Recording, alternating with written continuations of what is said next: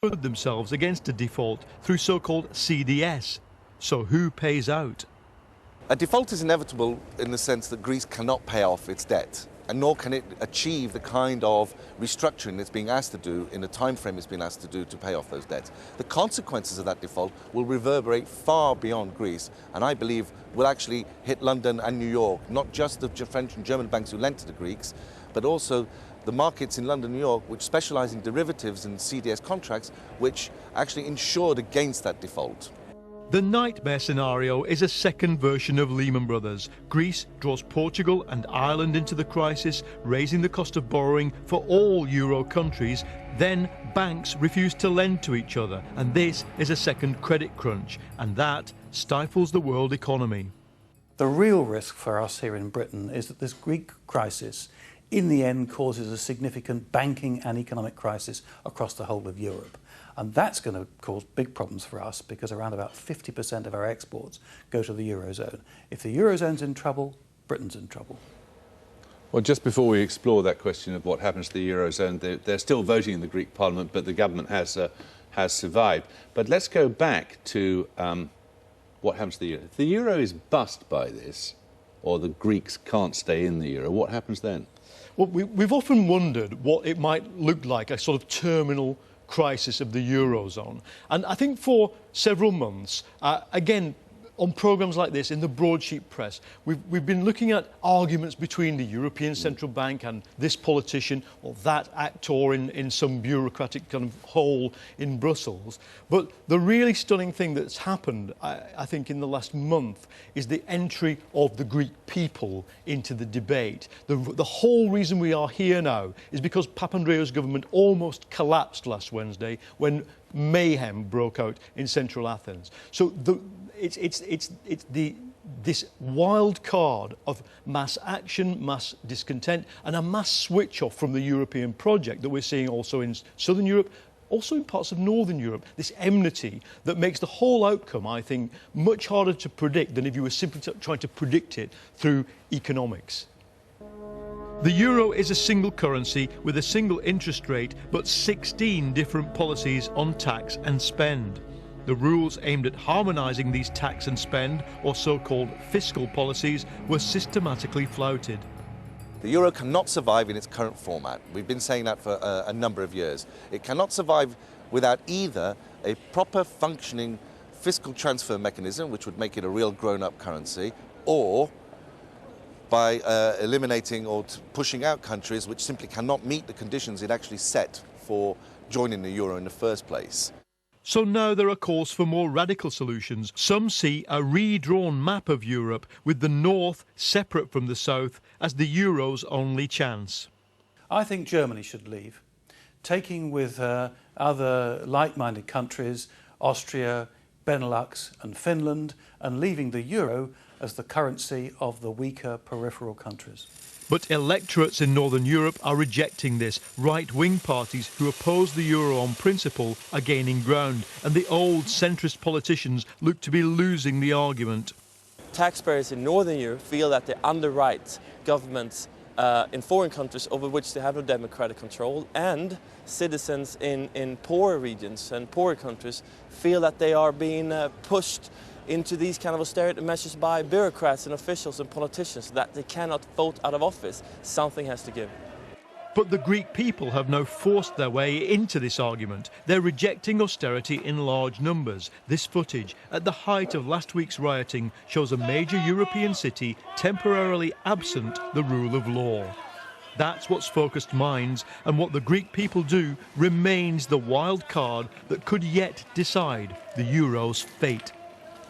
Well, to get an idea of what might happen if Greece does default, I'm joined by the Greek economist Kostas Lapavitsas, the German chief economist of Berenberg Bank, Holger Schmieding, and from New York by Gillian Tett, assistant editor of the Financial Times. Before we go any further, I better just remind anyone who's watching the Greek government has survived this confidence vote, whatever that means. But Gillian Tett, what's your bet? Are they going to default?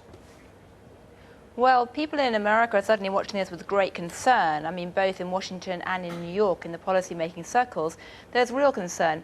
I think the issue is that right now Europe is at a crossroads. Jean-Claude Trichet came to New York last week and spoke to French bankers, and he said that really now is the time that Europe needs to look at the issue of corporate governance. Is it going to pull together as a single unit and create almost quasi-federalist structures, or is it going to fall apart? And right now we don't know, and that's precisely why so many people are so nervous. Holger Schmidt, do you think the Greeks will default? As long as the Greeks swallow the bitter medicine of austerity, Europe will see to it that the Greeks can pay their bills. There's no sign that the Greeks have any appetite to swallow the medicine. They may not have the appetite, but we've just had the first of the 3 crucial votes in the Greek parliament, apparently giving a majority for that programme. So far, we have to keep our fingers crossed, but we are still on track. What's your feeling, Kostas, as a patriotic Greek? I would not comment as a patriotic Greek, but I can comment as an economist, and I can say that the Greeks have swallowed plenty of medicine since May 2010, and the result has been utter failure. And they know that this has been the case, so they're most reluctant to swallow even more of this medicine, which they have worked out will lead nowhere. OK, let's say for the sake of argument the Greeks do then decide that that's it, it's game over, they're not going to play along with this anymore. What happens then? I think default will happen then. Right, and what are the consequences of default? The consequences of default will be serious. They'll be serious for Greece and they'll be serious for Europe. But I stress, Greece has got no choice. The choice is God. It's no choice at all. So if it goes for default, if through popular unrest and a groundswell of anger it goes for default, then you have to take drastic action to restructure its economy, to put it on a different footing, and to begin to create jobs and growth and prosperity for its people. Gillian Tett, what do you think will be the consequences of a Greek decision to default? Well, I think probably it would certainly cast the Eurozone banking system into a lot more uncertainty because, of course, you do have a chunk of this debt held within the Eurozone banking system. It would probably tip the financial markets into a certain degree of turmoil as well because, as you heard from the earlier segment, there are a number of derivatives contracts tied to Greek bonds whose value will be very uncertain if there is a default. And, of course, you've got a very entwined banking system. And it's the unforeseen consequences, as with the Lehman Brothers episode, which are really worrying policymakers right now. Could it lead I mean, the reality is that... Could it lead to something as serious as the banking crisis which followed the collapse of Lehman Brothers? The good news is that this time around, unlike in the Lehman's case, policymakers and investors and bankers have had several months to think about the whole what-if scenarios. So certainly there are plenty of people inside central banks and banks who've gone through all the worst-case scenarios. They've examined the interlinkages and they're trying to put measures in place to actually offset any really big risks. However, as we've learnt so clearly in the last couple of years, it's the unforeseen consequences that tend to trip people up. And right now there are some very high unforeseen consequences because what's happening in Greece with these extraordinary political gambles are going hand in hand with equally big uncertainties around, say, the future of the US debt situation as well. And it's a combination of those uncertainties that make this so risky. Holger Schmidt, what's your bet? Is it going to end up with Northern European taxpayers bailing out Southern European economies? Northern European taxpayers are putting significant amounts of money at risk, but so far, with doing that, they have actually managed to contain the risks. We should not forget that much of continental Europe is having its best economic time in 20 years. So far, the European approach of offering tough love to Greece and other southern Europeans, namely money if you change your ways. So far, it's working. It's a tough test. If Greece decides it doesn't want the tough love because it's too tough, Europe would switch tack. It would start to contain the contagion risks, that is, prop up Spain and let Greece do what Greece decides to do. Do you think he's being a bit sanguine there, Gillian Tett? I was going to say, at the end of the day, this is a political problem. It's not an economic problem. Because if the Eurozone was a single unit, the Eurozone has enough resources to solve it. But the question is, does the Eurozone want to come together more closely as a single political unit? And if you like, as somebody who trained as an anthropologist, I kind of love this because this is the revenge of the anthropologists and sociologists against the economics and number crunchers. You can't factor these issues into a spreadsheet and do a complex computer model to predict what's going to happen next. And for that reason, it's both uncertain but very worrying. What's your reading of it, Kossi?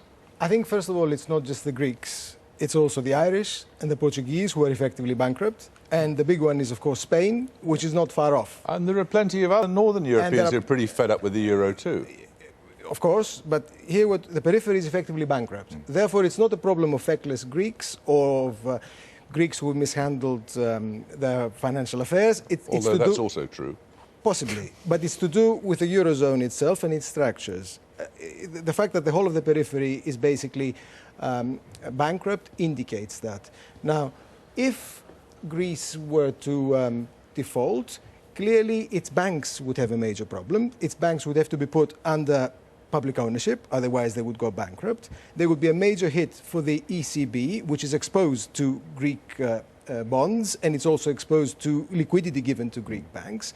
It will be a major blow for continental banks. It will also be a major blow for the secondary bond market, because obviously the bonds of other peripheral countries would collapse in value, because it will become clear that default is possible.